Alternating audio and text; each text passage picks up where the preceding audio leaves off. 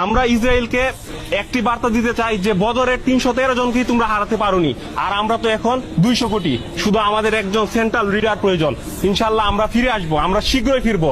তোমরা অপেক্ষায় থাকো। এই জমিনের বুকে তোমাদের অস্তিত্ব। আমরা ইসরায়েলকে বলে দিতে চাই যে বদরের যুদ্ধে 213 জন ছিলাম, এখন তো 200 কোটি। আরে তোমরা 200 কোটি হয়েও কি ছিঁড়তে পেরেছো? কিছু ছিঁড়তে পেরেছো কি? পারোনি। তোমরা 200 কোটি আর ইসরায়েল ধরে নাও 2 কোটি। তাহলে তোমাদের মধ্যে আর ইসরায়েলের ইহুদির মধ্যে ফারাকটা কি? ওদের আছে, আমি একটা কথা বলে দিচ্ছি, ওদের আছে একমাত্র কি দিমাগ, আর তোমাদের আছে একমাত্র কি হিংসা। ওরা ওরা ওরা ইচ্ছা করলে তোমাদের সব কিছু ফেসবুক অ্যাকাউন্ট থেকে শুরু করে ইউটিউব অ্যাকাউন্ট থেকে শুরু করে হ্যাক মানে বন্ধ করে দিতে পারবে। তোমরা যে ভিডিওটা আপলোড করছো এইসব আবল তাবল বলে, কার প্ল্যাটফর্মে আপলোড করছো?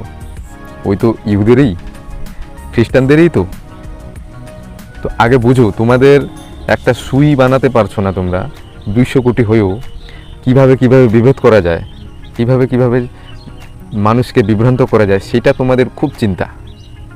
হ্যাঁ, সেটা তোমাদের নিয়ে খুব চিন্তা। তোমাদের মধ্যে তো অন্দরমহলেই তো তোমাদের ঝগড়া, কে ওয়াহাবি কে হানফি, সেটা নিয়ে তো মেতে আছো। তোমরা আবার কি 200 কোটি নিয়ে যুদ্ধ করতে যাবা? তোমাদের দ্বারা কিচ্ছু হবে না, এটা আমি গ্যারেন্টি দিচ্ছি, তোমাদের দ্বারা কিচ্ছু হবে না। আর ব্যাপারটা হচ্ছে এই জায়গাটায় যে ইসরায়েল আজ থেকে 70 বছর আগে নাম ও নিশান ছিল না, সেই ইসরায়েল আজ থেকে 70 বছর পরে নাম ও নিশান হয়ে গেছে।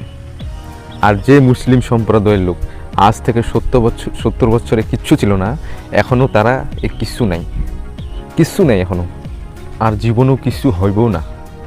কারণ এই ইসলামের ভিতরে দুটা বেশি সম্প্রদায় থাকে, এক নম্বর হচ্ছে ওয়াহাবি, দ্বিতীয় নম্বর হচ্ছে হানফি।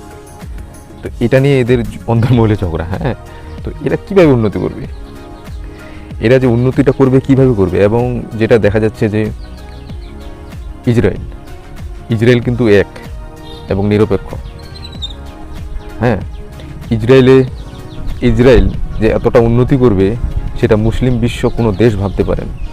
আজ তারা দেখিয়ে দিয়েছে, তাদের হাতে পারমাণবিক বোমা আছে, তাদের হাতে মিসাইল আছে, এমনকি আর মুসলিম বিশ্বের তোমরা পাশের দেশ, আমাদের পাশের দেশ যেটা বাংলাদেশ, কিচ্ছু নেই। এদের বড় বড় কথা, এই বড় বড় কথা দিয়ে এরা জিতে। হ্যাঁ, যে ভিডিওটা আপলোড করে ইউটিউবে, সেটাও খ্রিস্টানদেরই একটা প্ল্যাটফর্ম, সেখানে আপলোড করে নিজের একটা জাঙ্গিয়া প্যান্ট পর্যন্ত নেই, এরা বড় বড় কথা বলে। এদের অন্দরমহলেই ঝগড়া ওয়াহাবি হানফি নিয়ে। তো এরা এদের মুখে কথা মানায় না যে 200 কোটি আছি, 200 কোটি নিয়ে আমরা যুদ্ধ করতে যাব, এটা মানায় না। এটা একদমই মানায় না। আমি একটা মুসলিম দেশ দেখছি, সেটা হচ্ছে ইরান, সেই একমাত্র বিরুদ্ধে যাচ্ছে।